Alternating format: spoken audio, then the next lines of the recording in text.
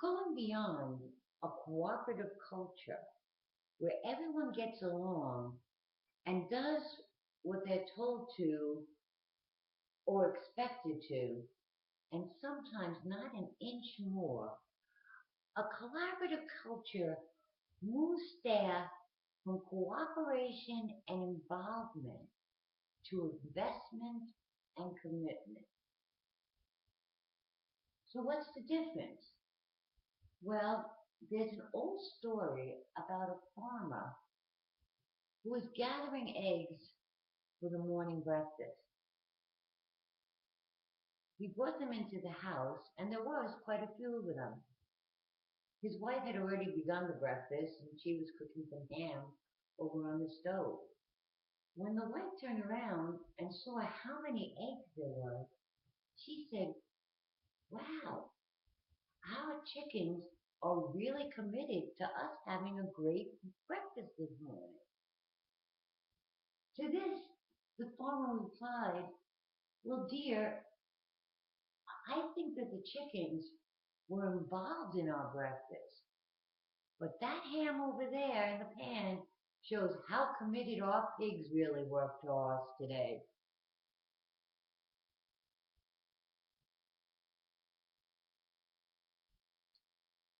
Reflexes leaders instinctively know that it is the process, not the participants, that is directed to a particular goal or decision.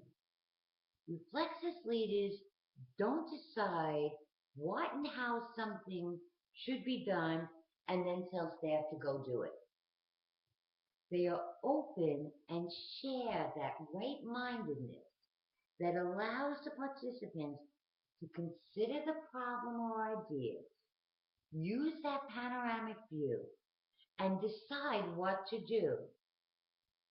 The staff and other members of the learning community will trust and learn to count on their leader for support, direction, and help to focus their efforts.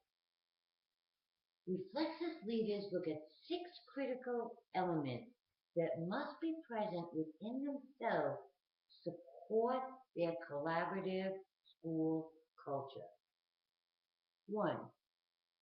The use of a panoramic view for new ideas and solutions. 2. They are flexible and open-minded. Not only open to see other options or ideas, but also to change directions if needed and to be open to why the direction had to be changed. They provide a non-judgmental venue for sharing ideas and questions and protects the culture of collaborative inquiry, the what ifs. They create opportunities for all constituents to be actively vested in the process.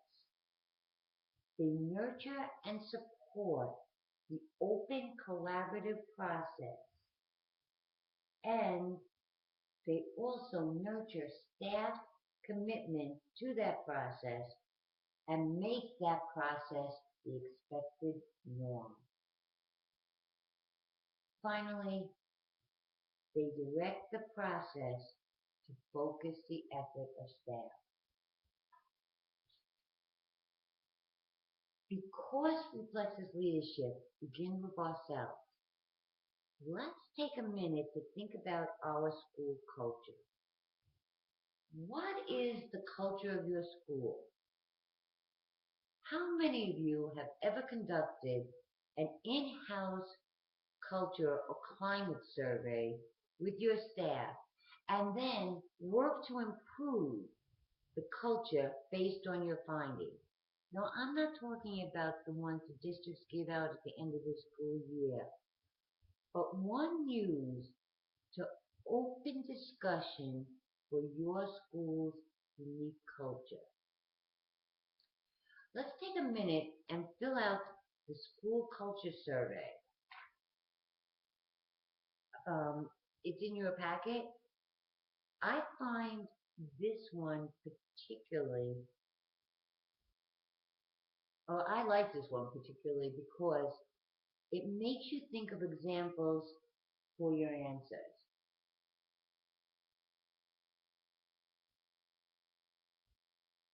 Did you find any area particularly challenging or difficult to find examples for? How many think their staff's answers will be the same as theirs? And finally, can you think of one new understanding that could be applied to your school's culture to foster collaboration? Reflexive leadership is about asking these right questions, so a clarity of understanding can frame a collaborative culture where everyone has the opportunity to be vested in commitment to the common goal of academic success. As we model, reflect, and expect